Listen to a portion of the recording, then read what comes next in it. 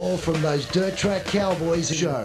Right now, it's time to look back at the Dirt Track Cowboys at Warrnambool. And look at this crowd.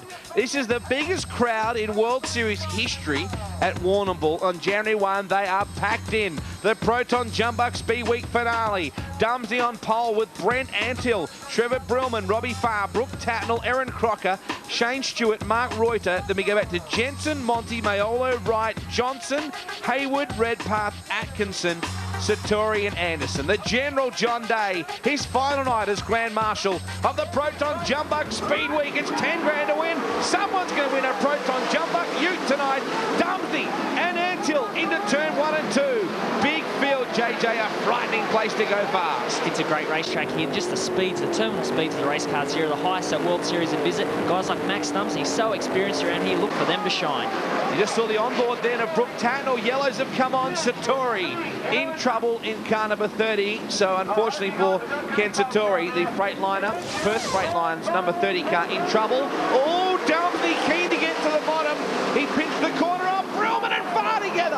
And a big crash in turn 1. Trevor Brillman, the American, in all sorts of trouble. That was a hard wreck. Got together there with Robbie Farr, and the car really hung in the air. You can see there are more cars involved in the background. Mark Reuter at least. Let's have a look at the replay. Robbie Farr tries to shut Brillman down on the inside, and from there, both guys were passengers.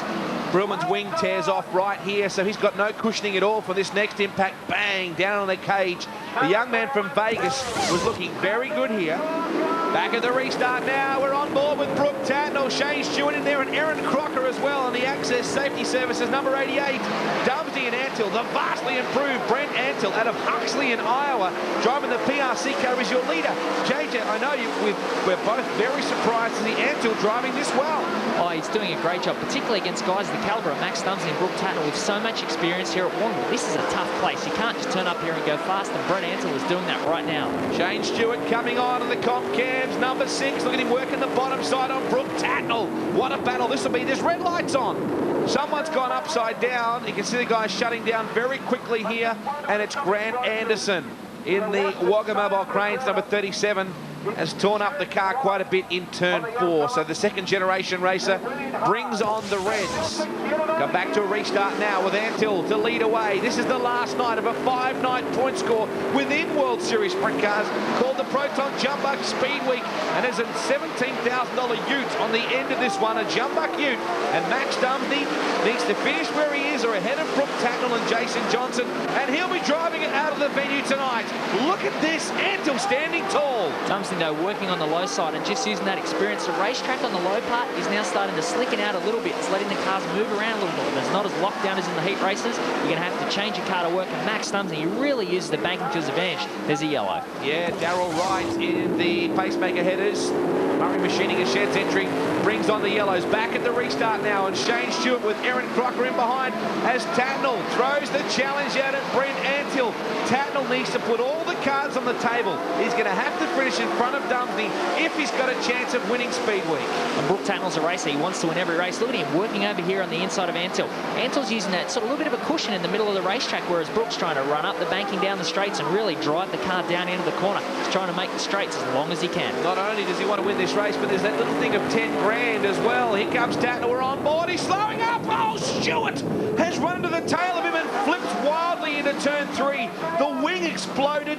Tatnall had an engine problem or something. He must have, because he slowed dramatically, Jay. You can see the closing speed here, and Stewart tries to turn the car sideways at the last minute, but it's just all too late. Gets over Brooke Tatnall's left rear. Violent crash again. That wing coming off. Just shows you, again, it just happened so fast here. Look at the wing panel flying in the air. They're right in front of the giant video screen there.